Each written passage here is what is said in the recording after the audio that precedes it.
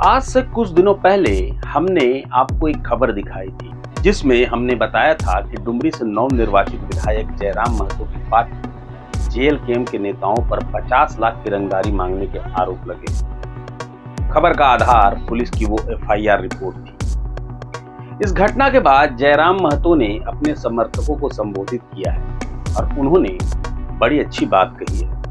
पहले आप जयराम की इस बाइट को सुनिए। तो बड़ा दुर्भाग्य की बात है कि पूंजी के बल पे लोग कुछ भी खबर छपवाए दे, पूंजी के बल पे कुछ भी केस करवाए दे। और बिल्कुल आज सदन में भी इस बात के हम उठवे के काम करवाए, विधानसभा के सदन के अंदर भी हम इस बात को रखेंगे कि चूंकि आप कहते हैं कि कानून के समक्ष सभी लोग समान हैं, तो भाई एक मामूली कंपनी का एजेंट एफआईआर करता है, 200 लोगों पे एफआईआर हो जाता है, लेकिन 200 लोग मिलके एक एजेंट पे एफआईआर करते हैं, एफआईआर नहीं लिया जाता है। कौन सा कानून है, कौन सा संविधान भाई? एक कंपनी का एजेंट वो कंपनी के अंदर बैठा है, वो कलकत्ता में है, वो व्हाट्सएप एक एफआईआर को व्हाट्सएप थाना प्रभारी को भेजता है मोबाइल में। एक आदमी 200 लोगों पे केस करता है, केस रजिस्टर्ड हो जाता है, लेकिन 200 लोग मिलकर एक आदमी पे केस रजिस्टर करना चाहते हैं, नहीं होता। ये कौन सा कानूनी देश है हमारा? इस पर भी हम सवाल जरूर करेंगे, इस पर भी हम सरकार से उत्तर मांगेंगे कि आपकी इसमें क्या प्रतिक्रिया है। बड़ा दुर्भाग्य की बात है। एजेंट है मैनेजर ने 8 बजे एजेंट केस कर लो। जयराम कह रहे हैं कि एक कंपनी पर 200 लोग कार्रवाई की मांग करते हैं मगर उनकी बात नहीं सुनी जाती, कोई एफआईआर नहीं लिखा जाता, मगर वहीं एक पूंजीपति अपने रसूख का इस्तेमाल कर व्हाट्सएप पर थाना प्रभारी को आवेदन देता है और 50 लाख की रंगदारी का मुकदमा दर्ज कर लिया जाता है।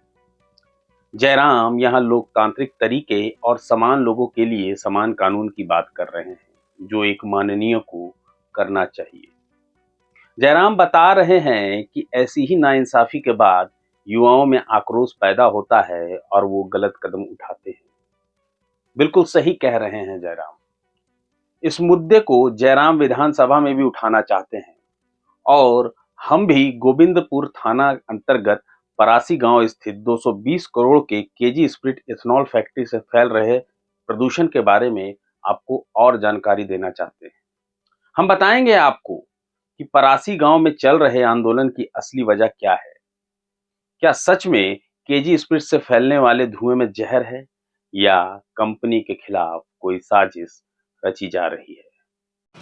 तो बड़ा दुर्भाग्य की बात है कि पूंजी के बल पे लोग कुछ भी खबर छपवाए दे, पूंजी के बल पे कुछ भी केस करवाए दे। और बिल्कुल आज सदन में भी इस बात के हम उठवे के काम करवाए, विधानसभा के सदन के अंदर भी हम इस बात को रखेंगे कि चूंकि आप कहते हैं कि कानून के समक्ष सभी लोग समान हैं, तो भाई एक मामूली कंपनी का एजेंट एफआईआर करता है, 200 लोगों पे एफआईआर हो जाता है, लेकिन 200 लोग मिलके एक एजेंट पे एफआईआर करते हैं, एफआईआर नहीं लिया जाता है। कौन सा कानून है, कौन सा संविधान भाई? एक कंपनी का एजेंट वो कंपनी के अंदर बैठा है, वो कलकत्ता में है, वो व्हाट्सएप एक एफआईआर को व्हाट्सएप थाना प्रभारी को भेजता है मोबाइल में। एक आदमी 200 लोगों पे केस करता है, केस रजिस्टर्ड हो जाता है, लेकिन 200 लोग मिलकर एक आदमी पे केस रजिस्टर करना चाहते हैं, नहीं होता। ये कौन सा कानूनी देश है हमारा? इस पर भी हम सवाल जरूर करेंगे, इस पर भी हम सरकार से उत्तर मांगेंगे कि आपकी इसमें क्या प्रतिक्रिया है। बड़ा दुर्भाग्य की बात है। एजेंट है मैनेजर ने 8 बजे एजेंट केस कर लो। मैनेजर बड़ा पोस्ट पे, मैनेजर सब में हाथ ना आगू कर, तो कोई अगर एजेंट हो तो एचओ पीओ की बोलत रहे मैनेजर से नीचे अपनी कोई केस कर लो तो अभी थाना जाए के ना घरे से व्हाट्सएप कर लो, एचआर कर ले। यानी एक आदमी केस किया 200 लोगों पे, 150 लोगों पे केस लिए ले लिया गया, लेकिन यहाँ 200 नहीं, हमको लगता है 1000 आदमी मिलकर कंपनी के एजेंट और पदाधिकारी पे केस कर रहा है, केस नहीं लिया जा रहा है। ये बड़ी दुर्भाग्य का विषय है। बिल्कुल एक सवालिया चिन्ह है कि भाई लोकतांत्रिक व्यवस्था ऐसा नहीं होना चाहिए। अगर उनका केस है तो हमारा केस भी केस है, जांच करना प्रशासन का काम है।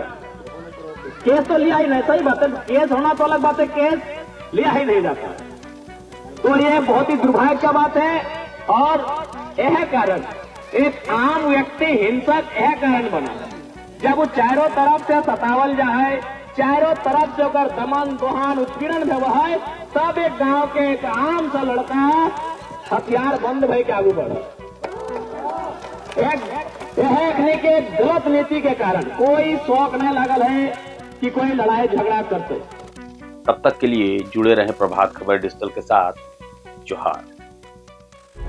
प्रभातखबर.com, विश्वास वही, रफ्तार नहीं।